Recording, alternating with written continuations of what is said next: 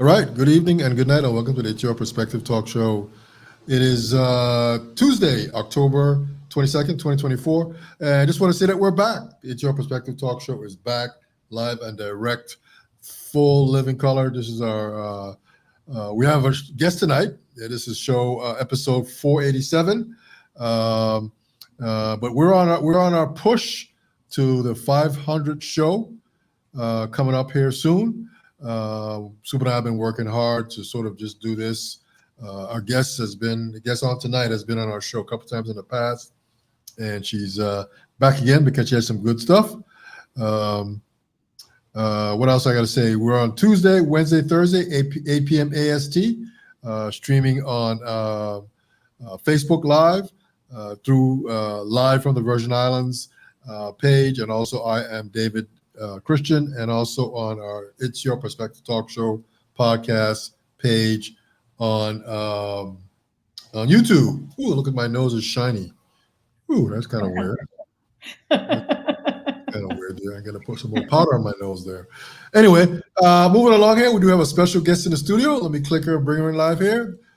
There she is, Angela Hey, Golden hi there. Bryan. Thank you for coming back and gracing us with your wisdom, your beauty, and your knowledge, and all kind of fun stuff. Well, So with let's jump right compliments like into that, it. I have to come back. Thank you. Thank you for believing in us. Angela, I Yeah. think, has been on our show about maybe two or three or four times at our other studio, and just just just the wealth of knowledge and just doing all kind of fun stuff for the community. But tonight, what are we going to talk about tonight, Angela? I think you have Wow. three books that you're working on. Yes. Yeah. We'll talk a little bit about this and a little bit about that. How's that sound? A little bit about this, a little bit about that. Three Yes. books, three books, and actually, yeah, two books and one coming up.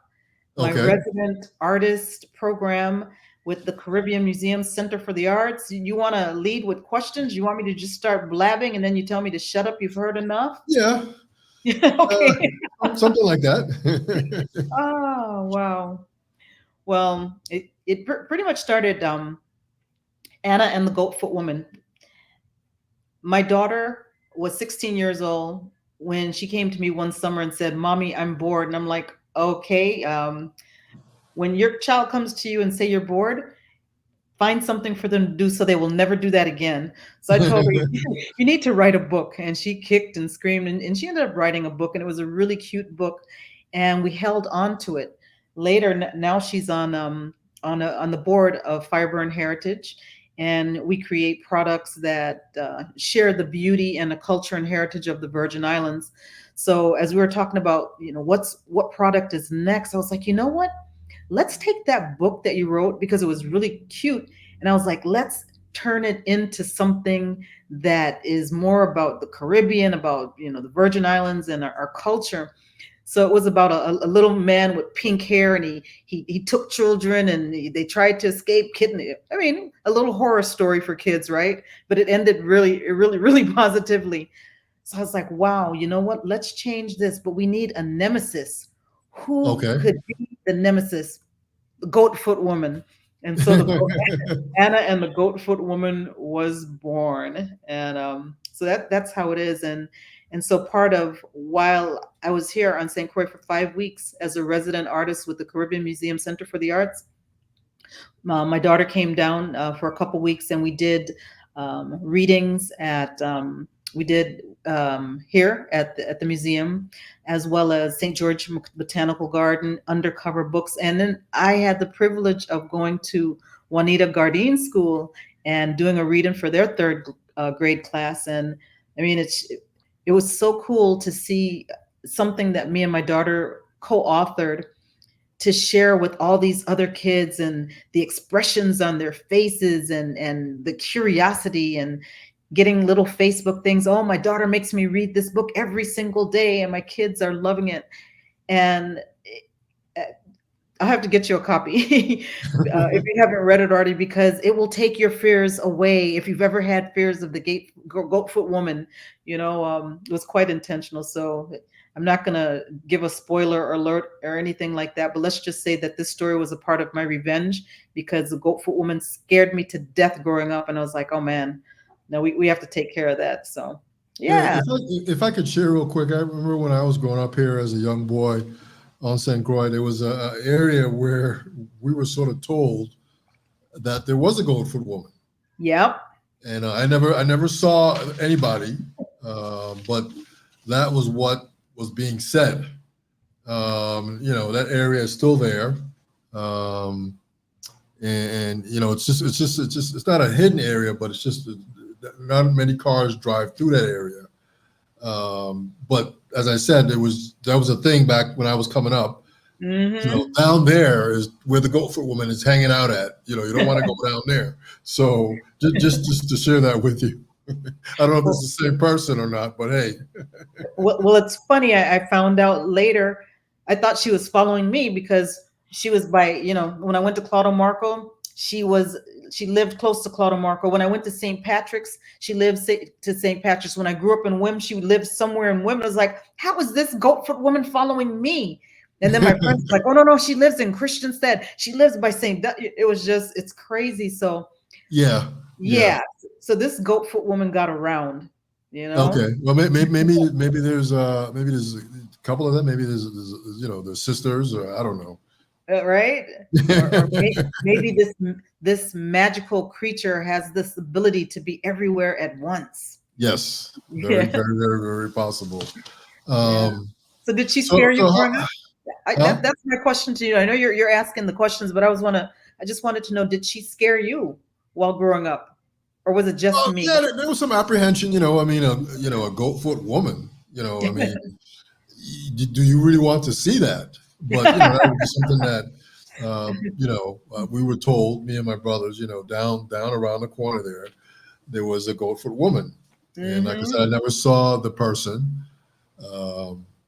No one I knew ever saw the person, but this is just I guess a folklore or a thing, a myth, that was happening, and so be it. I haven't heard anybody mention it lately, but except you. Yeah, now she's resurrected, and St. Now Thomas she's has a resurrected. Proudfoot woman. Yeah, St. Thomas has a Proudfoot woman. So, yeah, was your daughter? How old is your daughter now? she's 26. Oh, okay. So she's not scared of nothing then. Well, now, yeah. Yes, it was quite an honor to work with her, and most of the book signing, well, actually all of the book signings and readings were for Anna and the Goatfoot Woman. However, I have an adult book that just came out, Roots and Resilience, An Island Girl's Path to Spiritual Transformation and Growth. And I actually wrote that book. It's a compilation of stories that I have been keeping literally for decades in folders. First, they started off in paper folders. And then, once I got a little bit more savvy, they went into folders on my laptop. And so I had all these stories. And it wasn't really part of my resident artist program, but I was talking to the education coordinator here, Jessica Parker White, and my Virgin Islands ABC initiative, Cultivating Cultural Literacy with VI Youth, was geared towards third graders. And she says, well, do you have anything that you could do with adults? And I was like, sure, we can write, I can do book writing workshops. So I also taught adults how to write their own book, but I have a formula that I use, and I didn't have a book that I use that formula. I was like, oh, that takes audacity to tell someone, I'm going to show you how to do something that I've never done before, but I know it up here. So that's how Roots and Resilience, that was the final push. I wrote it with the formula that I teach young adults how to, or not any adults really, how to write their own books. Okay. But has lots of stories. This is called what? Roots and Resilience? Yeah, Roots and Resilience. Let's see. Camera, right there. Can you see it? Move it over a little bit to the left. There we go. A little bit more. There we go. Okay. Yeah. And so on its official launch date, it actually became the #1 best-selling book in the category of self-help journals. And so Okay. it made it, I mean, for who anyone who cares, it made it as an Amazon bestseller. But Mm. also, people who are aware of that, they know that that's very, very temporary, because all it takes is a few minutes for someone to knock you off of that. So, hey, you get to brag about it for a few minutes, and then it's over. How long did you stay on there? I looked at it one night. I took a screenshot and I was like, yeah, I did it. And I went to sleep and I woke back up and I was down to something like number 26 or something like that. So Wow, just somewhere in that the wee quick. hours of, right? Short lived. Mm. So yeah, a lot of people don't go. They just say, yeah, I'm an Amazon bestseller, but yeah, it's usually very short lived unless you're very famous and you have lots of people that are buying the book like every single day. Mm. So yeah, So but where did you get this knack to write books? Because for me personally, I've always, in the back of my mind, at some point, I always felt that I would write a book about my life, my ah, memoirs. But I haven't done anything yet. I mean, it's all up here, but I haven't really written anything down. But I mean, you've written 2, 3 books already. I mean, where does that energy, where does that, desire to want to do that? wow, it just seems like each book kind of birthed itself out of a necessity, out of therapy. The first one started because I wanted to write a screenplay, because I was an actress at the time, and I didn't I was booking initially a lot of jobs, and then there came a point where I wasn't booking much anymore, and I was like, well, I'm going to write a screenplay so that my friends and I can have something to act in. Hmm. And, I so had this screenplay, and after a while, someone was like, oh no, before you do a screenplay, you should write a book about the thing. And then when everyone reads your book, they had this whole thing, and I'm like, yes, let's do it. And that screenplay sat and sat, and I'm finally like, you know what? I'm going to publish this as a book. Hmm. And so often, if there's something that appears to be difficult to do at first, once it's done one time, it's like, oh, that wasn't that bad.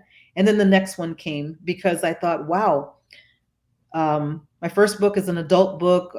They're loving it. But what about the little kids that need to learn about fire burn? So I sat down and I wrote that one. And then it was like, boy, let's write another one. And they just seem to keep coming after that first one. So um, it's time for you to get that first one out too. And then who knows, it might be like 77 books later, Yeah, yeah. I guess that when you're doing something like that, whatever you're doing, you got to do the first one, and then Yeah. then you kind of get in the swing of it. Yeah, Yeah. I'll try one of these days. You know, talking about my humble beginnings growing up here, and my fun, exciting life over the years, Hmm. and the good, the bad, and the ugly, and everything in between. Well, everybody has a story, and only that person can tell it in the words that it needs to be told in.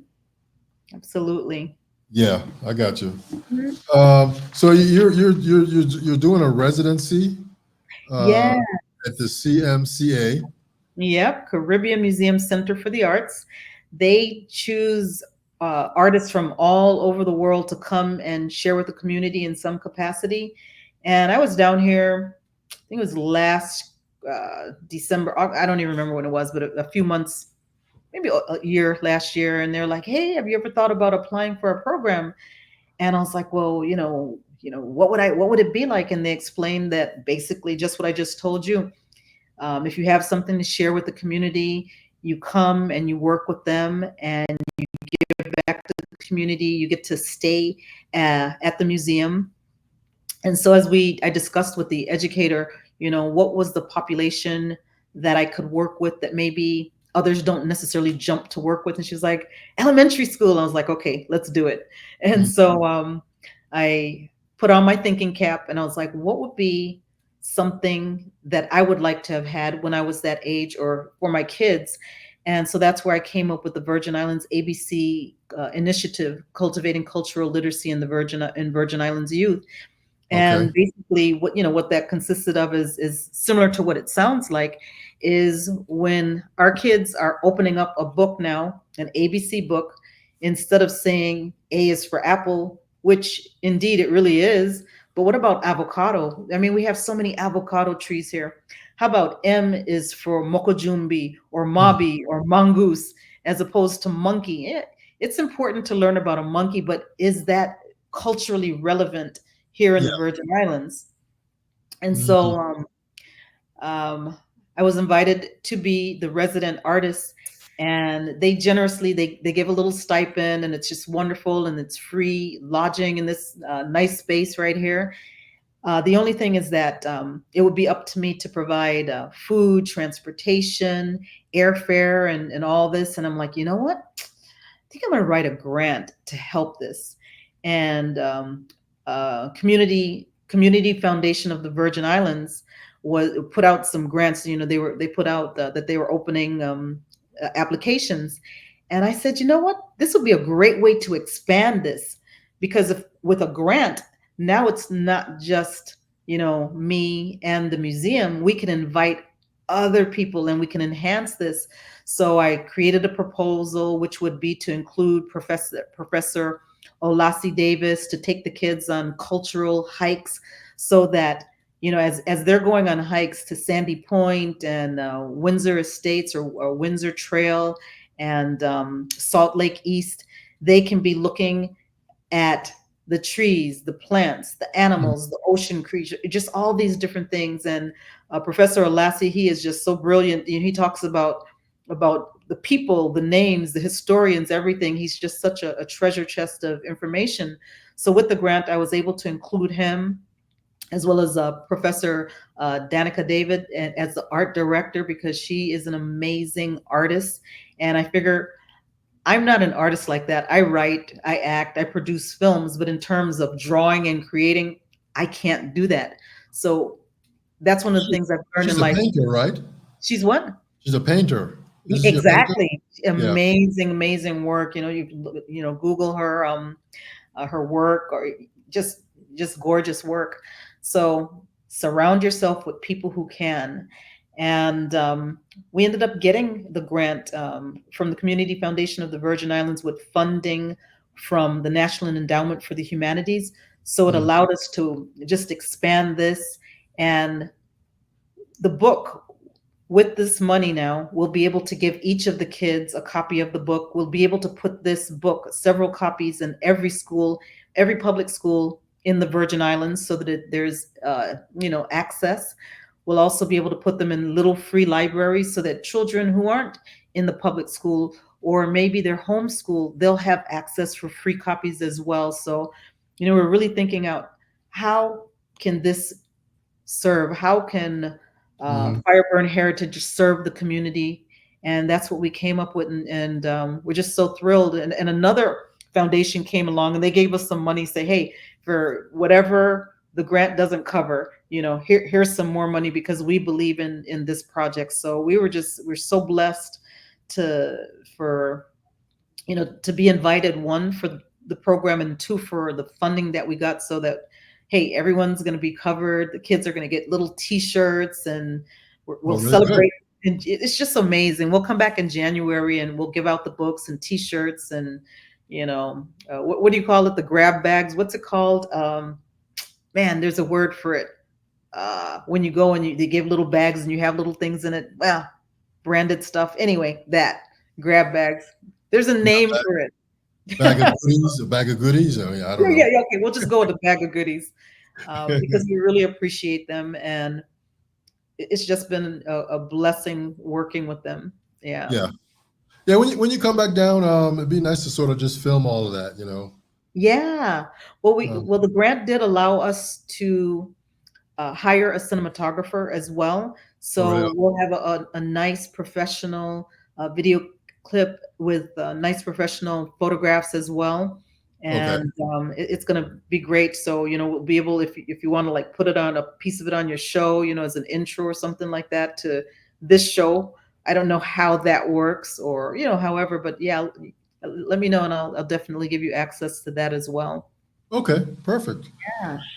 And Yeah. and so you the so I think you went over two books, right? So far? Yeah, so we did Roots and Resilience, and then Anna and the Goatfoot Woman, and then Yes. I actually my older book, James and the Fireburn, I read that to the children as well. So part of what we're doing with this ABC program is we're following what's it called, the Callaloo framework, the Virgin Islands cultural standards, and within the Callaloo framework, they talk about student performance indicators, and so within the program we took a look at it. I took a look at what we're doing. How can this match up with standards that have already been set within the educational system? And Hmm. so the cultural immersion that exposes them to plants and land animals and sea animals specific to the Virgin Islands, and that's part of the Callaloo standards. My reading to them, James and the Fireburn, is historical, and so that exposed them to cultural and historical figures. And then Anna and the Goatfoot Woman is folklore. So that exposed them to folklore figures. And all of these are part of the Callaloo framework that helps to instill, cultural pride. And that's one of the things that I'm really huge on. And as we were talking to the kids, and I would ask them, what's something that's, and this is in the very beginning, what's something that's specific you're only going to find in St. Croix? And then my son was the one that, as I was listening to some of the answers, I was like, no, no, we can find that all over. They didn't realize how special this space was because they took the things that are specific to the Virgin Islands for granted. And my son was the one that says that. He says, how would they know that this is unique to the Virgin Islands if this is where they grew up and they live? And I was like, so then a part of that became, hey, you can only find this here. You don't Hmm. find mongoose in Florida or Canada or maybe Africa or whatever. And Yeah. their eyes lit up. They're like, really? You can't find us? Like, no. I said, you think they have mokajumbis over? And so they got really, really excited to Mm. find out how special. And as they each kid got to pick a letter, and then we brainstormed, and we came up with lots and lots of different items and people for each letter, and then we just had to narrow it down. It's like, okay, well, ag fair might be good for A, but can we really draw an ag fair? Is that for a third grader? Why don't we go with avocado? That might be. And so then we worked on we Jessica's really good for the education coordinator, really, really good with the art part. Me, not so much. I'm better with the dramatic readings for the kids. And Okay. we had another art teacher come out for a while, Trellis, I think Racy, I forgot her last name. And then, of course, Danica is going to be looking over everything for the aesthetic quality and just, tweaking anything that needs to be tweaked.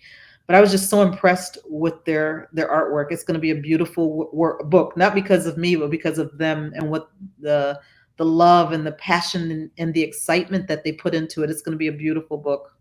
It Okay. is. Hmm. All right. Good, man. Yeah. Well, I have to tell you, they made me laugh though. It was one of the classes I was. I'm being all dramatic, and I'm reading James and the Fireburn, and we're talking. It happened in 1878.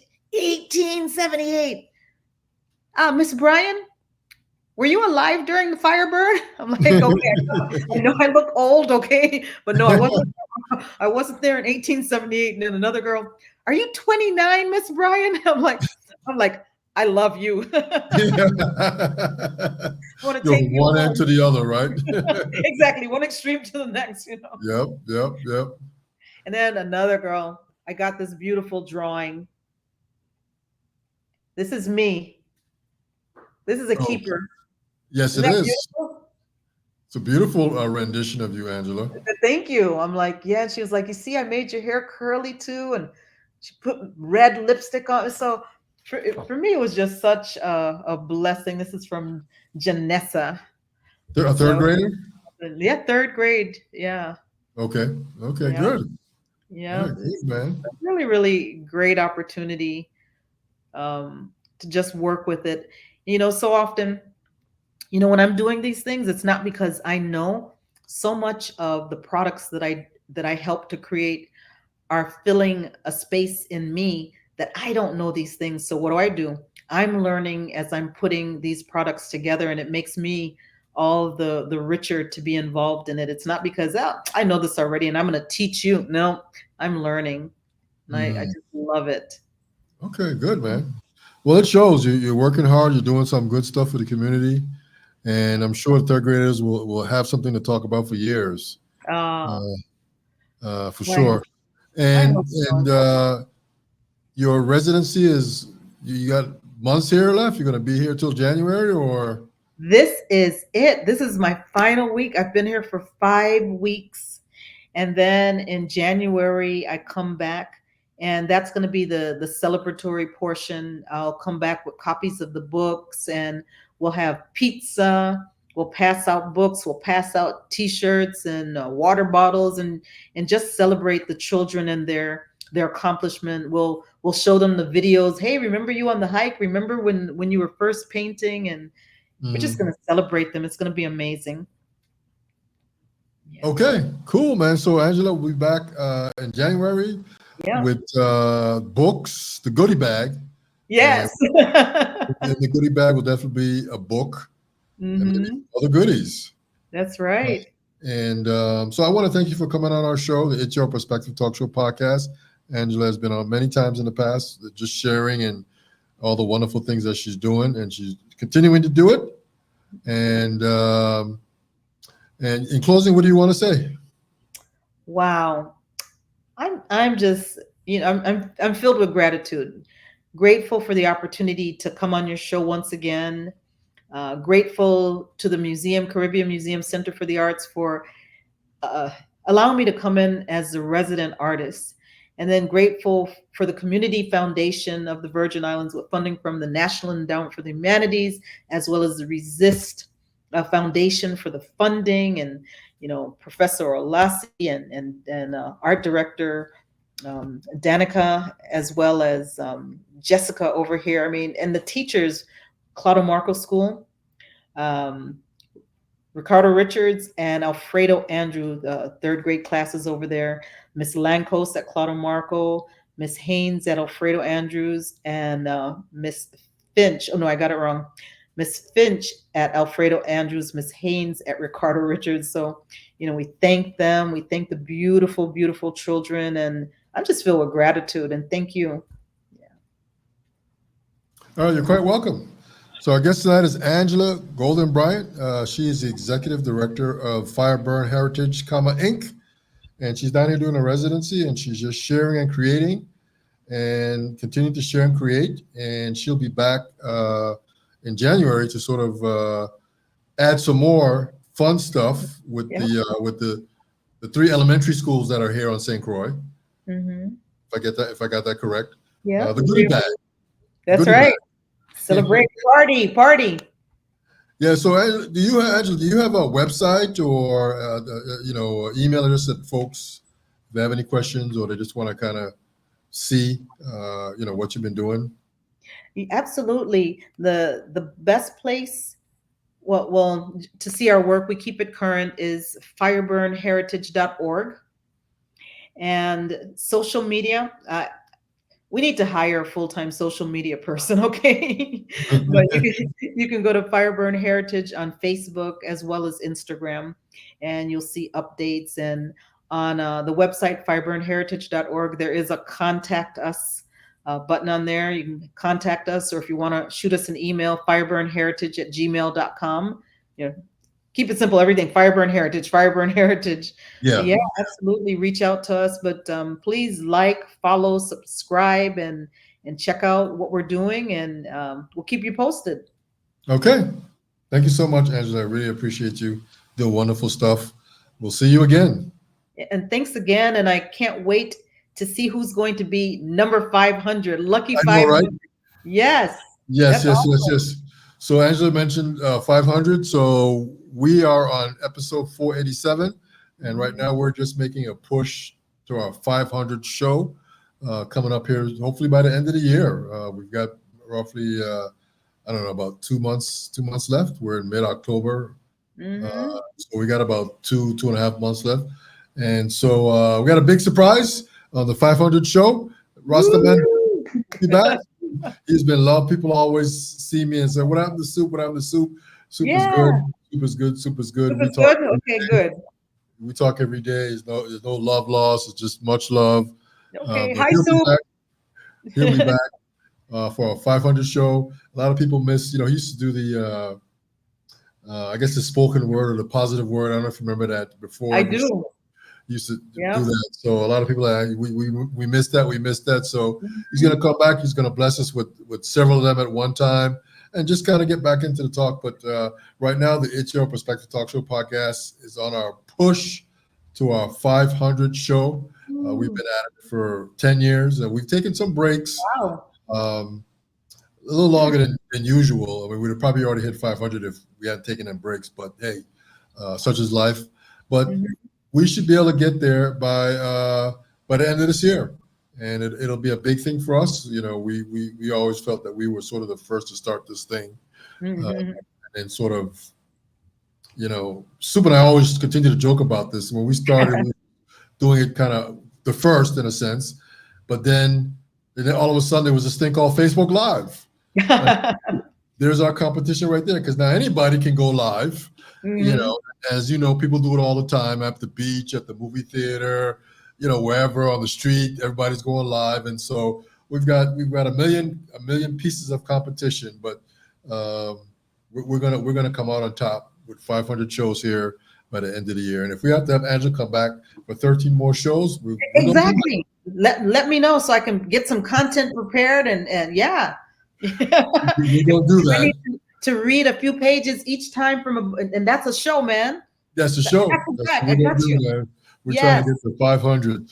So on that note, everybody, thank you. So we did get up to around about 14 viewers at one point.